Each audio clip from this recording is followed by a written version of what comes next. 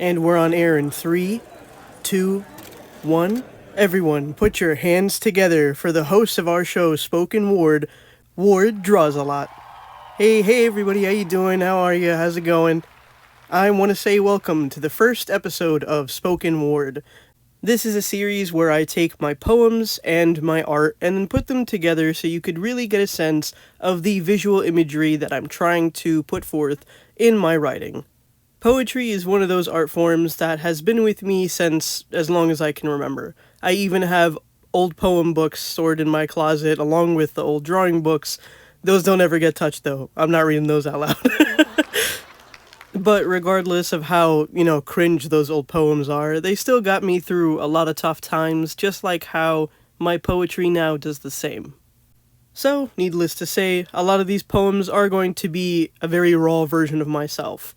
One that digs pretty deep, and one that I let myself be vulnerable to, not only for everybody, but for myself.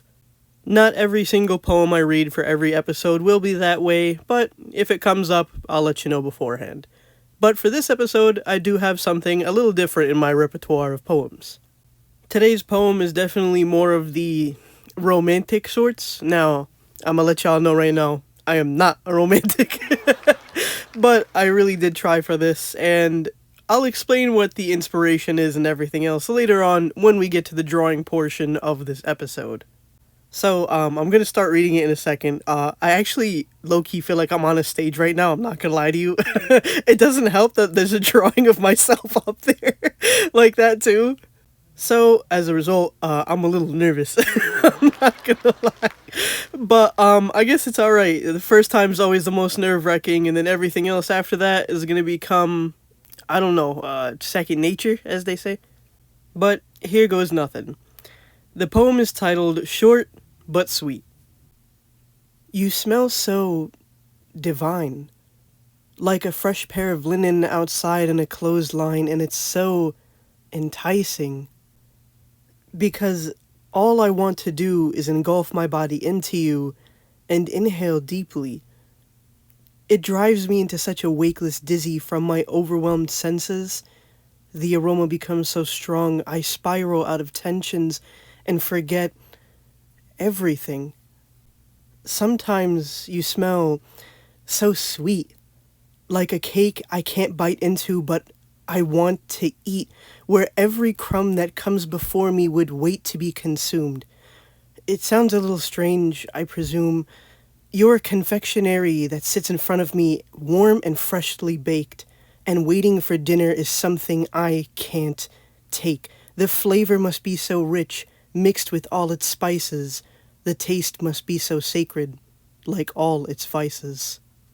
And sometimes you smell like citrus, hanging off of the tree, an odor so strong it calls to me and tells me to drink, to gently squeeze the skin and feel it between my hand, and to consume the juices directly off of the land, to take in this thirst that I wish would wash away, to partake of you endlessly day after day. An addiction would be too light of a word, because you're so intoxicating it almost hurts. Because all I want to do is ravage you. This smell so strong I can't get it out of my mind, like freshly ground coffee straight from the grind. It fills my memory up and stands against time. Simply from the way you seep into the room, the scent travels so quickly, intends to loom. If I could be buried in the clouds of your redolence and live inside its droplets, then I would float forever until the day's end, because I would become that sweet, sweet scent and never smell again. Thank you everybody. I really appreciate that you came out to see the first episode of Spoken Word, but remember, we're not done yet. Now we're going to move on to the art portion of this episode, and I really hope you'll continue to enjoy what's going on. Now we're going to shift on over to the drawings. This ended up being a double sketchbook spread. The reason being is because the poem had 4 verses that really stood out with its visual imagery, and I really wanted to capture it. Originally, I only had 3 drawings, but once I showed my friend who's also a poet, he got this visual imagery in his mind on one of the verses, and then I was like, you know what, that sounds pretty cool, I'm gonna go ahead and add that to the sketchbook spread, so it went from 3 to 4, and I'll explain which one of the verses it was in a bit. Now, the inspiration for this poem, believe it or not, was not a person. Oh, shocker. I know, incredible, right? No, it really wasn't. It was based off of my perfumes. What I did was I took my perfumes that I use constantly because I love smells. Like oh my god, they drive my head into a wall from from how good they are sometimes, dude.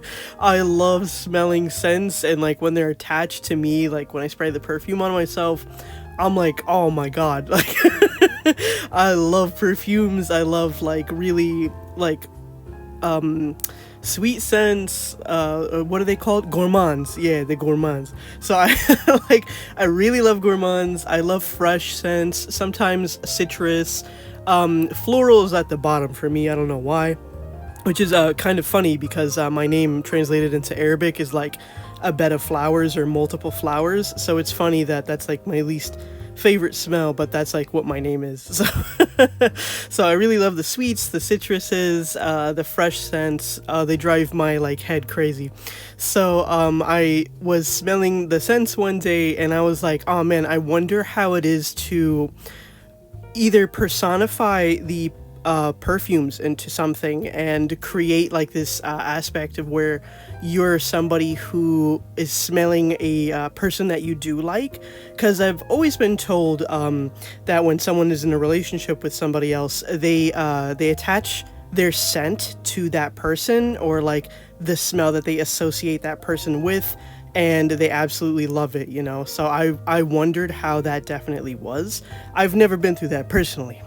You know, I haven't. So hearing the accounts from people, it's honestly extremely interesting, because you sit there and you hear that they love the smell of their partner. It's so interesting, especially because they keep that smell with them, and even sometimes after relationships are over, people can't smell those same smells anymore because it reminds them of the ex-partner. It's like, it's insane, man. Like I think that that's like so cool. not the heartbreak part of it, but that you associate scents with certain feelings and emotions. It's like it's nice almost that we have that ability, you know, but sometimes it's not so nice. So yeah, it is what it is. So this first drawing is off of the first verse of the poem. The poem, by the way, is in the description of this video, so if you want to go back and read it and picture what you want, I would totally love for you to do that and experience it the way you want to experience it. I think that it's cool reading other people's poetry, so, you know, if it's there if you want to read it, you know, you want to give it a little, you know. Anyway, the poem states this really big line in there that, like, really, like, it sits with me very well. I really like it because it's so warm, right? You know, the verse states that you smell so divine, like a fresh pair of linen outside on a clothesline. So that immediately was the first visual right there. Like, it's outside, it's hanging clothes, it's drying off probably in like the summer heat, so this way it's nice and warm when you get it. And what I really liked was how it said, all I want to do is engulf my body into you and inhale deeply. I don't know if you all do this, but I definitely do. If like something is dry and it smells like really nice from the fabric softener, especially like if it's out of the dryer or like just dried in general, I immediately take it and I like inhale it right into my face, and I take a big deep breath in of the smell, and it's so, oh man, it's incredible. It's like a feeling like no other, having like a warm sheet come out of a dryer and you just hug it and smell it. So I really wanted to portray that here with this visual where this character, in reference, it's my OC Nikki, because of course I had to draw him for this, of course. So so it's him taking the blanket and inhaling deeply into it, and it's because it reminds him of, you know, that person. I also tried to make sure I got the expression right because I stated like it sends them into a wakeless dizzy. So I thought a wakeless dizzy is more so like if you're inhaling it pretty deeply and like as you're inhaling it, your eyes open very slightly and you're like you're like in a different headspace almost, like something is like captured you and it's like you're transported somewhere else entirely. So I really wanted to try and get that look on his face where like although he visually you could see that he is enjoying what's there, like the smell, he's also not there. It's like he's completely somewhere else because he's so enticed by this blanket over here, this linen. I really wanted to show the visual of hands in all of these drawings because I feel like hands are a very intimate part of anything like this. In my opinion, hands are one of the most intimate things of the body, and it's because hands hold so much expression. From here you could tell that he's like got it towards his chest and he's like holding it tightly, so it's kind of like he doesn't want to let go of it.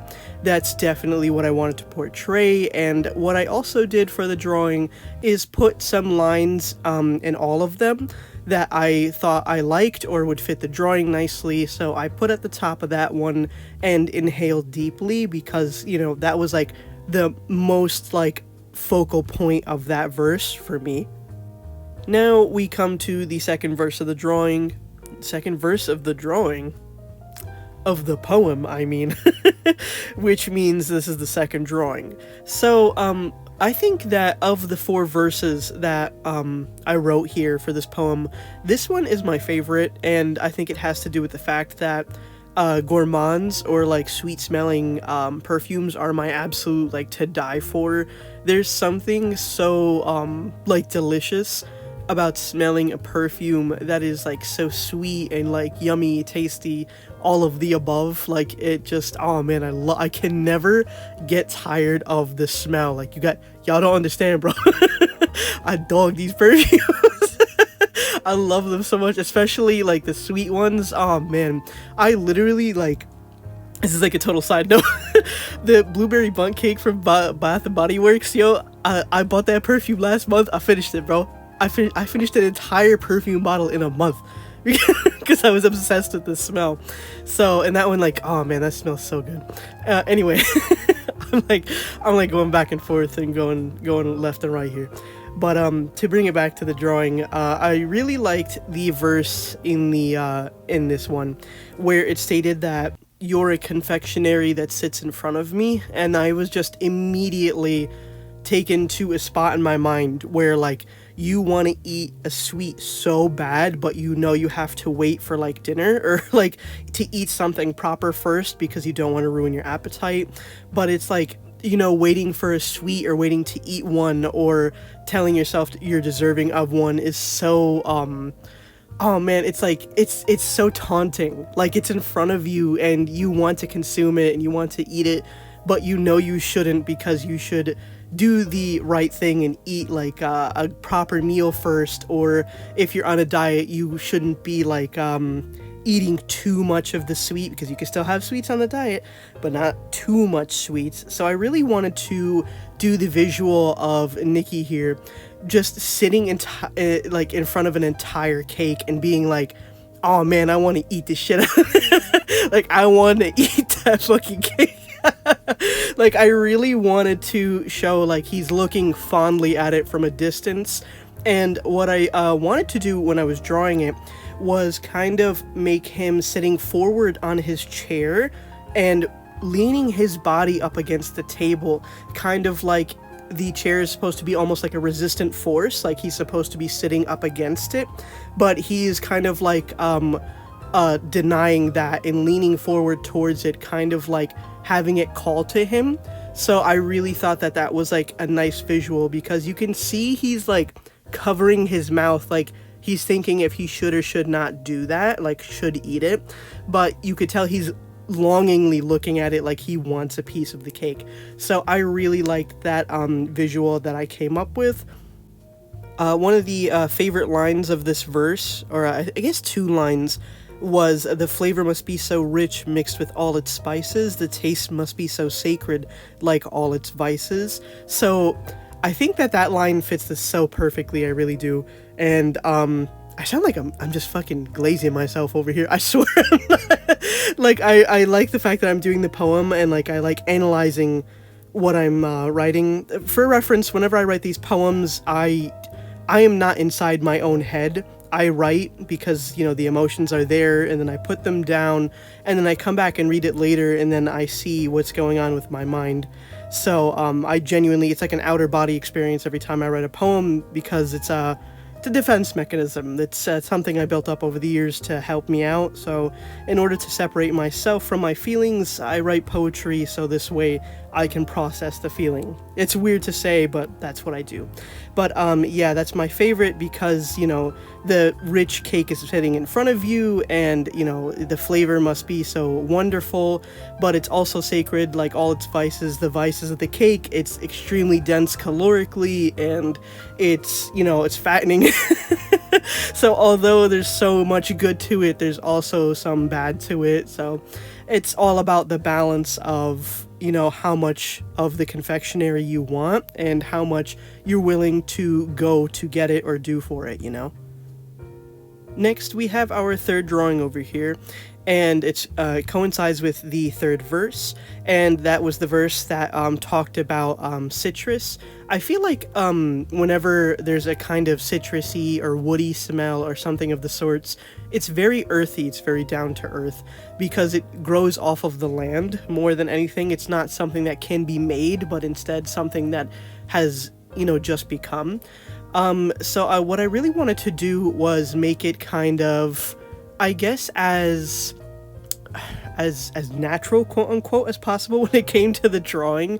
So I pictured myself getting fruit from a tree, especially like citrus. You know, they grow in these massive trees and have like a bunch of little bulbs of oranges everywhere. The same thing with lemons. Lemons grow from trees, but I'm thinking more of a orange when it comes to this, because you can drink the orange juice, or, you know, the orange straight from it. Lemon's gonna be a little sour. Lime too. And so that's why I thought the orange was the best thing to go with. Although, you know, you can, you know, taste the lemon right up, but, you know, it's a little sour. So an orange, once ripe enough, is like a sweet, delicious thing that you can definitely sink your teeth into. And on top of that, the smell of an orange is really powerful. Like, I feel like in a lot of cultures, they kind of leave orange peels around the house so it could smell like oranges, or they boil orange peels so it's a natural orangey smell, and it hits you immediately right when you walk into a house or like anywhere.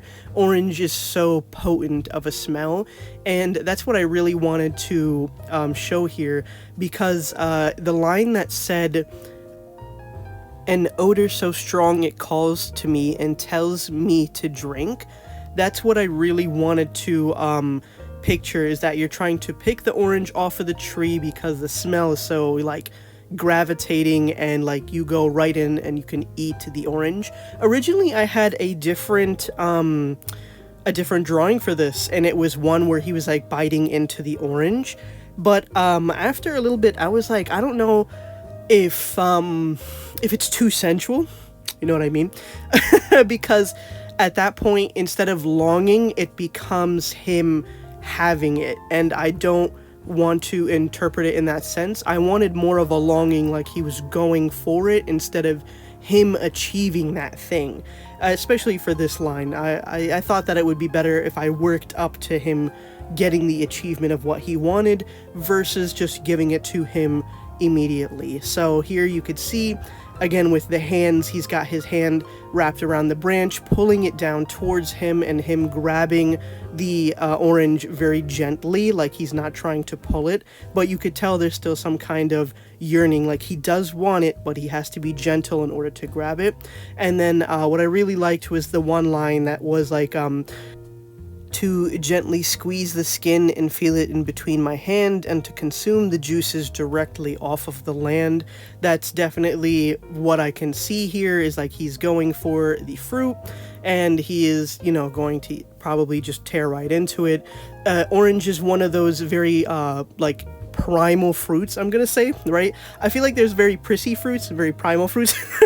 I know that's so like silly to say, but a prissy fruit, quote unquote, is one you have to undress like a banana. You can't just bite into it unless, you know, you like the peel, which is a little crazy. It's a little crazy in my opinion, but if you like biting into the banana peel, go ahead. That's like a fruit that you have to undress and then, you know, treat it as such, versus an orange, which you could just, you know, put your fingers right in and tear it apart and then eat it like that if you wanted. So it can be very like primal, as I said before, and that's kind of what I wanted to paint here to a degree, that they don't want to wait for the flavor. They just want to go ahead and consume it. So I thought that was a nice representation of that. So of the 4 drawings that I did, I'd like to think that this one is my favorite of them, right next to the confectionery one, but this one just a little bit more. And I feel like it's because in all the other drawings he's so like closed into himself, and it's because he, like, you know, he's really yearning for all of these like things in front of him, and he's very much like closing himself into them. This is the only one where he was openly reaching for the thing that he wanted, versus having it either sitting in front of him or just kind of engulfing himself into it. So there's almost like 4 different like kinds of things going on here. So there's the longing and the yearning, the kind of reaching for it, engulfing into it, and then eventually becoming it, which is this one right here. So this is the one my friend told me that they had a visual of, where it was him floating in clouds basically, and I can see that, especially from where I wrote, "Then I would float forever until the day's end." So it makes sense that you would kind of be up in the air and like floating around in these clouds. So I thought that was a nice visual. I didn't think of even doing this line as a verse. For some reason, when I'm writing poems, every time I get towards the end of the poem, my consciousness comes back into me. Because remember earlier I said my mind kind of leaves my body, but by the time I get all those emotions out onto the paper, by the like last verse, I start to become conscious again. It's such a weird way of explaining it, but this is truly what happens. And then I begin to overthink it. So that's when instead of the part that comes into me to write, because the emotions are there, the logic kind of sets back in, and I'm like, wait, this doesn't make sense, or I don't like this line, and all that stuff. So for this one, I didn't feel as much of an attachment compared to the other 3 lines, or verses, I mean. And that's because the I don't know, the self began to like fade out, and the conscious began to fade in whenever it comes to the ends of these poems. So there's that factor there. But once he suggested that idea, I was like, you know what, that's actually pretty cute. I kind of want to draw that, and I feel like that would finish off the poem very well. It would finish off the poem very well, because you finally can see the character like completely being submerged in the scent of the partner. So in this case, it really you could tell from the visual that he is pretty much becoming these scent clouds, and not only hugging them, but longing for them, yearning for them, everything that has been written up from the beginning until this point. He has finally become the smell of the, you know, person, or the odor. I don't know, odor smells like, when I hear the word odor, it sounds like dirty. Like not even like in a sexy dirty way, no, like in a nasty dirty. I don't like the word odor unless it's like used negatively. But but it's like the scent of it all has like finally come across the clouds and the way, especially like when it says the scent travels so quickly and tends to loom, and then the if I could be buried in the clouds of your redolence and live inside its droplets, then I would float forever until the day's end. So redolence is the word for when a scent reminds you of something, and since this scent reminds him of the partner or whatever, in this case it's the OC, I'm guessing Ward or something. I don't know, I just thought that would make sense. Now, of all of the drawings, I feel like this one for some reason I struggled the most with, and it's because, you know, he's hugging the concept of the smell, so I really wanted to try and capture that as much as I could, to the point where it looks like he's like digging his hands into it, squeezing it, like he could physically feel it in front of him. But you know, you can't really do that with a scent, so I really wanted the visual to be there as good as possible, but I struggled with that drawing a little bit, and I think it is actually my not least favorite, but it's definitely last. What I mean by that is, like, I like the other three the best, and this one kind of falls off. I like the orange one probably the best, then the cake, then the linen, and then the scent clouds. Although I do like how this drawing came out, definitely, but I think it's because not only did I have a tough time drawing it, but it's also because I see so little of the character here. But I mean, like, you don't have to show the entire character to get the message of something. It just, you know, can exist as. I did put the words here, if I could be buried in the clouds of your redolence, just because that's what made most sense in my opinion to be put here, and I thought that it would be like cute to show the visual of the words kind of wrapping around him, just like the scents. So yeah, that concludes the first episode of Spoken Word. Let me know, did you have a favorite verse or a favorite drawing or the pair of them that you like together?